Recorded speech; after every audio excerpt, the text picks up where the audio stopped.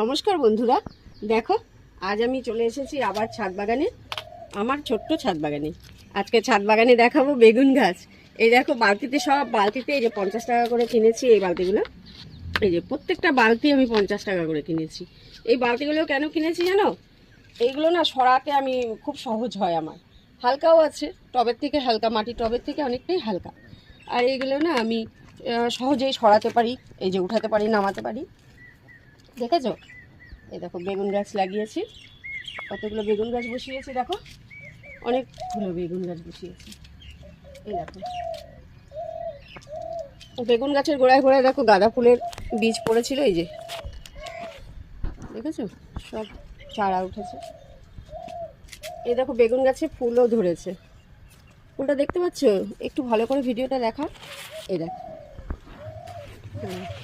এবার এখানে দেখো দুটো শশা গাছও লাগিয়েছি, শশার বীজ ফেলেছিলাম এখানে দুটো, এখানেই চারা উঠে গেছে, এটা এখানেই রাখবো ভেবেছি। এই দেখো বেগুন দেখেছো?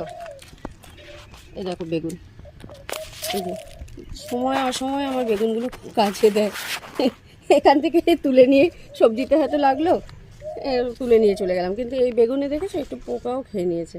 তবে কি এই পোকা খেলেও অল্প একটু জায়গা ফেলে দিয়ে বাকিটা নেওয়া যায়। প্রত্যেকটাতে ভালোই ফুল ধরেছিল, আবার নেওয়াও হয়েছে অনেকগুলো বেগুন। তা আমি এতে কিছুই করি না, কিন্তু আমি শুধুই দেখো সবজির খোসা পাতা পচা এগুলোই দিয়ে থাকি সবসময়। ভাতের মাড়, ভাতের ফ্যান, চালের জল, চাল ধোয়া জল, এগুলোই দিয়ে থাকি। আমি খুব একটা সার কিনি না, মাঝে মাঝে মাটি একটু খুঁড়ে দিই। এই দেখো যখন পারি আঙুল দিয়েও খুঁড়ে দিয়েইছে, এইভাবেই আমি করছি।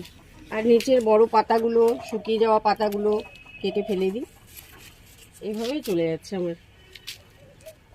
ওই ছোট ছোট বেগুন ধরে আছে অনেকটা, এসো এবার দেখাই।